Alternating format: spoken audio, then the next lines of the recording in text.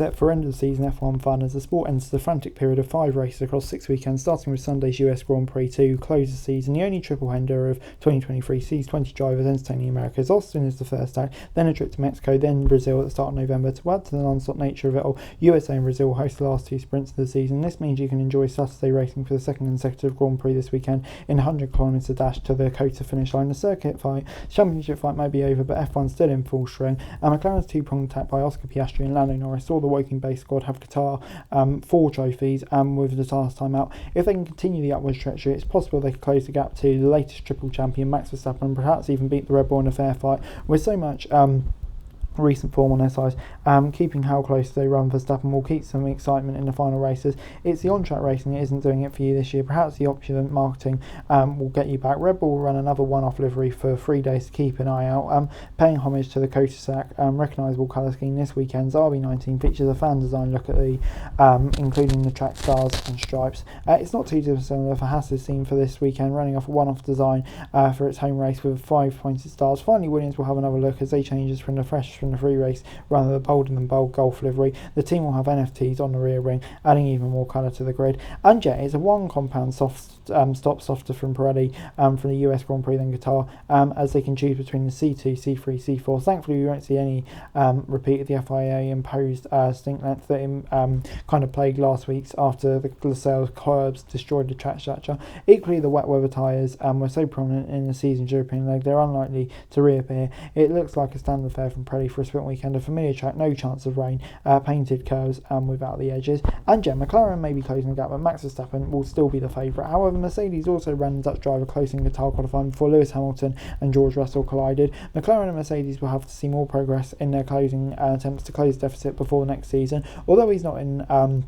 the race to win, previous US Grand Prix finisher Daniel Ricciardo returns to action after injury. The Australian was announced a 2024 driver alongside Yuki Tsunoda earlier this month and will hope to impress with rumours about Sergio Perez's future. If he does retire, which of course he denies, Ricciardo will be looked to be in the band to replace him. And yeah, in the evening, it's in race this time in the UK. It's the Saturday Grand Prix at 8, qualifying at 10, and the sprint even later at 11. So yeah, a late one, obviously on Sky in the UK. The threat of rain never exceeds 15% over the weekend, and Texan temperatures looks to be getting hot around the mid-high 20s. On Thursday in the paddock, the main talking points kind of really revolved around Daniel Ricciardo back on the F1 grid after that broken hand, and yeah, so great to see him back on the grid. Obviously a shame for Liam Lawson, he's had a great run, but yeah, Ricciardo really excited to see what he can do with Checo's form. Rumours circling around, could he potentially be in line for a 2024 Red Bull City if he performs well? Who knows, but yeah, could be interesting. Also some stuff about Lewis Hamilton walking across the track in Qatar, etc, etc.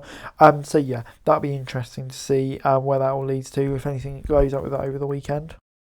In practice one ahead of the Usgp, it was Max Verstappen, surprise, who topped the timesheets. But yeah, the closing field did look relatively close behind. Charles Leclerc second, Lewis Hamilton third, who I think set purple 1 and 2. Lando Norris didn't set laps, but Perez seemed more competitive as well. Russell maybe struggled a bit. But you know, no major incidents in the session. Hashtag Gray's working well. Williams looked up there as well. So, you know, it's a really intriguing FP session. I think definitely us for an interesting qualifying session coming up. And yeah, lots of teams need to be in the mix.